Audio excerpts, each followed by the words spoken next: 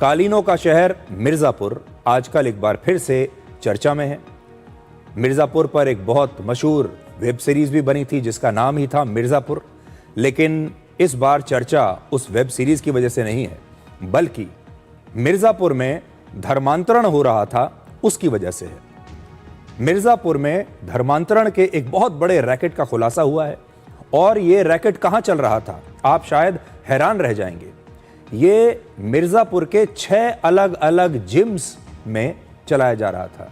Gym जहां लोग fitness के लिए आते हैं, और जिम में आने वाली लड़कियां और महिलाएं इस रैकेट के निशाने पर थी। यानी अब जिम में जाने वाली लड़कियां और महिलाएं भी सुरक्षित नहीं हैं, वहां पर भी धर्मांतरण कराने वाले जो लोग हैं, गैंग्स हैं, वो पहुंच गए हैं।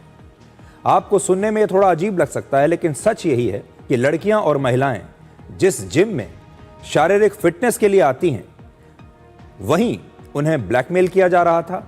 धर्म परिवर्तन कराने के लिए एक संगठित गैंग वहां पर काम कर रहा था। अब उत्तर प्रदेश के महिला संगठन इसे जिम जिहाद कहकर बुला रहे हैं। मिर्जापुर की पुलिस भी इसे जिम जिहाद कह रही है। पुलिस की जांच में खुलासा हुआ है कि महिलाओं के धर्मांतरण के लिए एक फूल प्रूफ नेटवर्क तैयार किया गया था, जिसमें एक पुलिसकर्मी, एक मौलवी, कुछ जिम्स के मालिक, मिर्जापुर का एक मशहूर फिटनेस आइकॉन और कई जिम ट्रेनर्स इस रैकेट में शामिल थे। ये सभी वो लोग हैं जिनकी तस्वीरें इस समय आप देख रहे हैं। धर्मांतरण का ये काम जिम चलाने वाली 2 कंपनियों के जरिए हो रहा था, और ये दोनों जिम चलाने वाली बड़ी मशहूर चेन है वहां की। एक का नाम है आयरन फायर और दूसरी चेन का नाम है KGN। ये दोनों कंपनियां वहां पर जिम चलाती हैं। महिलाओं और लड़कियों का धर्मांतरण कराने के लिए ये गैंग एक खास पैटर्न पर काम करता था। अब वो भी सुन लीजिए। पुलिस की अब तक की जांच में पता चला कि सबसे पहले जिम आने वाली लड़कियां या महिलाओं में से अपने निशाने को चुना जाता था। ज्यादातर 25 से 45 साल की हिंदू लड़कियों और महिलाओं को निशाना बनाया जाता था। जिम में ट्रेनिंग के दौरान महिलाओं की तस्वीरें खींची जाती थीं। इसके बाद ट्रेनिंग के नाम पर जिम ट्रेनर्स महिलाओं से उनका फोन नंबर लेते थे, उनके साथ दोस्ती कर लेते थे। इंस्टाग्राम और फेसबुक जैसे सोशल मीडिया प्लेटफॉर्म्स की मदद से उनसे दोस्ती बढ़ाई जाती थी। दोस्ती बढ़ाने के लिए कई बार उन्हें डिस्काउंट ऑफर किए जाते थे या फ्री पर्सनल ट्रेनिंग जैसे ऑफर उन्हें दिए जाते थे। पुलिस के अनुसार महिलाओं ने अपनी शिकायत में यह आरोप लगाया कि जहीर और शादाब नाम के 2 जिम ट्रेनर्स ट्रेनिंग देने के बहाने उनके साथ छेड़छाड़ करते थे। जिम ट्रेनर्स शादी का झांसा देते थे और महिलाओं पर धर्म परिवर्तन करने का दबाव डालते थे। महिलाओं ने यह भी बताया कि इन लोगों ने महिलाओं की आपत्तिजनक तस्वीरों के जरिए उन्हें ब्लैकमेल किया और पैसा न देने पर उन तस्वीरों को सार्वजनिक करने की धमकी दी।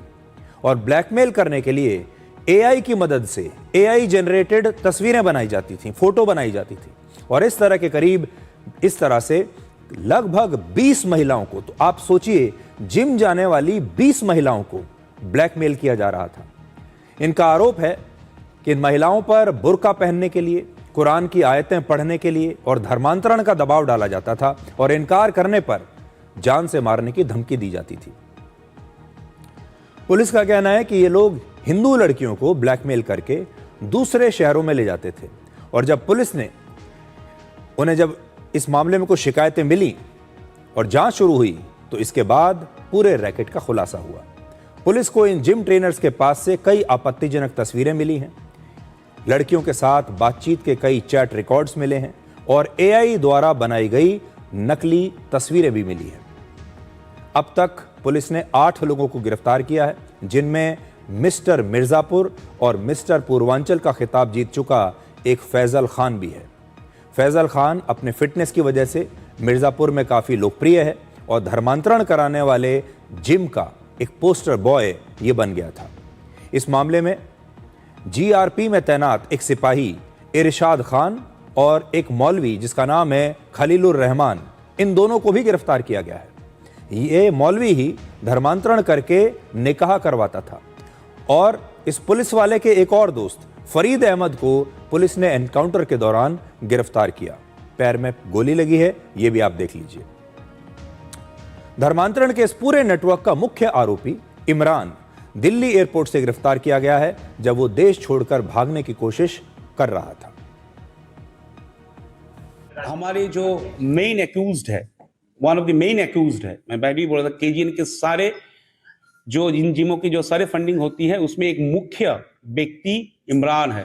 और मैंने बताया बड़े मुश्किल से, बड़े कोशिश से, करे मेहनत से, अद्भुत कोऑर्डिनेशन से, भारत सरकार की संस्थाओं के हेल्प से, स्टेट गवर्नमेंट के पुलिस के कोऑर्डिनेशन से वो आज मिला है। हमें आज ही उसका रिमांड मिला है दिल्ली कोर्ट से। अब वो आएगा तो हमारी जो भी इन्वेस्टिगेशन का प्रोसेस है उसके माध्यम से जो हम पूछताछ करेंगे उसमें मेरे हिसाब से कुछ और भी निकल के आएगा। इसके अलावा कल कुछ इंफॉर्मेशन में पुलिस ने और कुछ जगहों पे रेड की थी जिसमें कई सारे गाड़ियां हमें मिल गई हैं जिनको इन लड़कियों को रुझाने के लिए, घुमाने के लिए इस्तेमाल किया जाता था, उनके इम्प्रेस करने के लिए इस्तेमाल किया जाता था। इस संपूर्ण जो घटना है इसको पुलिस क्लोज करके इंश्योर करवाएगी कि हम जो इसमें अभियुक्त है उनको कड़ी से कड़ी सजा मिले।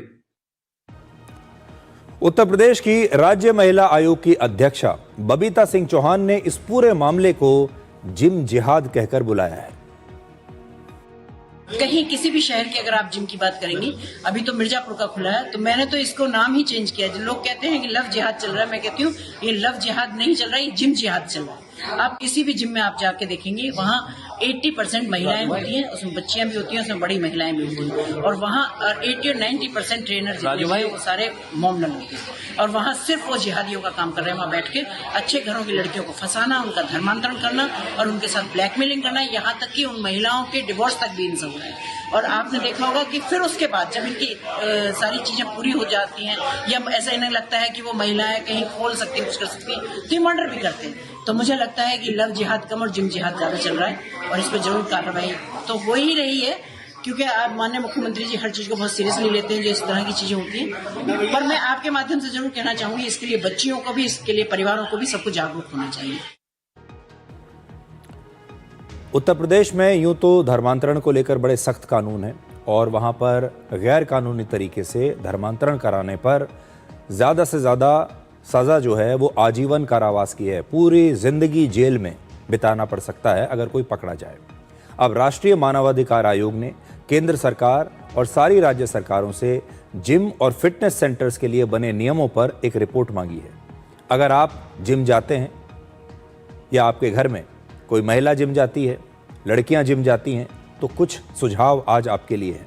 पहला, जिम की मेंबरशिप लेने से पहले जिम के बारे में पूरी जानकारी आपको ज़रूर जुटानी चाहिए। ये जिम किसका है, ये जो चेन अगर उसकी है कोई तो उसका मालिक कौन है, उस जिम की रेपुटेशन बाज़ार में कैसी है, सारी जानकारी आपको पहले से जुटानी चाहिए। दूसरा, जिम में कोई भी ट्रेनर हो उससे अकेले में बातचीत करने से बचें। अगर कोई बार बार आपको अलग से ले जाकर आपके साथ निजी बात करने की कोशिश कर रहा है या दबाव डाले तो आपको सतर्क हो जाना चाहिए और तुरंत घर आने के बाद अपने परिवार के सदस्यों से या फिर अपने भरोसेमंद दोस्त से इसके बारे में बात करनी चाहिए और उसे जानकारी आपको देनी चाहिए। हमेशा अपनी सारी निजी जानकारियां अपने तक रखें। अपना पता, परिवार की जो फाइनेंशियल स्थिति कैसी है, धार्मिक विचार आपके कैसे हैं, आपकी व्यक्तिगत पारिवारिक समस्याएं कभी भी ना जिम ट्रेनर से शेयर करें, ना जिम में मिलने वाले किसी भी अनजान व्यक्ति से शेयर करें। आपकी जितनी भी निजी बातें हैं उन्हें कभी शेयर ना करें। फोन नंबर या सोशल मीडिया के बारे में जानकारी देने से पहले 1000 बार सोच समझकर फैसला लें। चौथा, मुफ्त ट्रेनिंग, पैसा या किसी और प्रकार की मदद या बेहतर जीवन जैसे वादों के बदले किसी भी विचारधारा या धर्म को अपनाने का संकेत अगर आपको मिलता है तो तुरंत सावधान हो जाएं। पांचवां, जिम में अगर कुछ भी आपको अजीब लगता है तो अपने घर आकर अपने परिवार और भरोसेमंद लोगों से इस बारे में जरूर शेयर करें। छठी बात और सबसे जरूरी बात, अगर आपके साथ कभी ऐसा कुछ हो भी जाए तो बिल्कुल डरे नहीं। पुलिस में शिकायत दर्ज करवाएं या फिर राष्ट्रीय महिला हेल्पलाइन 181 पर आप संपर्क कर सकते हैं। मिर्जापुर मामले में भी पुलिस को पहली शिकायत फोन के जरिए ही इस प्रकार से मिली थी और देखिए, जब फोन के जरिए शिकायत मिली तो पुलिस ने इतना बड़ा एक्शन भी ले लिया। ये एक मिर्ज़ापुर की बात है। हो सकता है कि उत्तर प्रदेश के बाकी शहरों में भी जिम्स में ये बातें चल रही हों। ये भी हो सकता है सिर्फ उत्तर प्रदेश ही क्यों, भारत के और बड़े बड़े शहरों में या फिर और दूसरे शहरों में भी, चाहे बड़े शहरों छोटे शहरों, हो सकता है ये जो गैंग है जिम्स में, जो महिलाओं को अपना निशाना बनाता है, हो सकता है कि वो सक्रिय हो।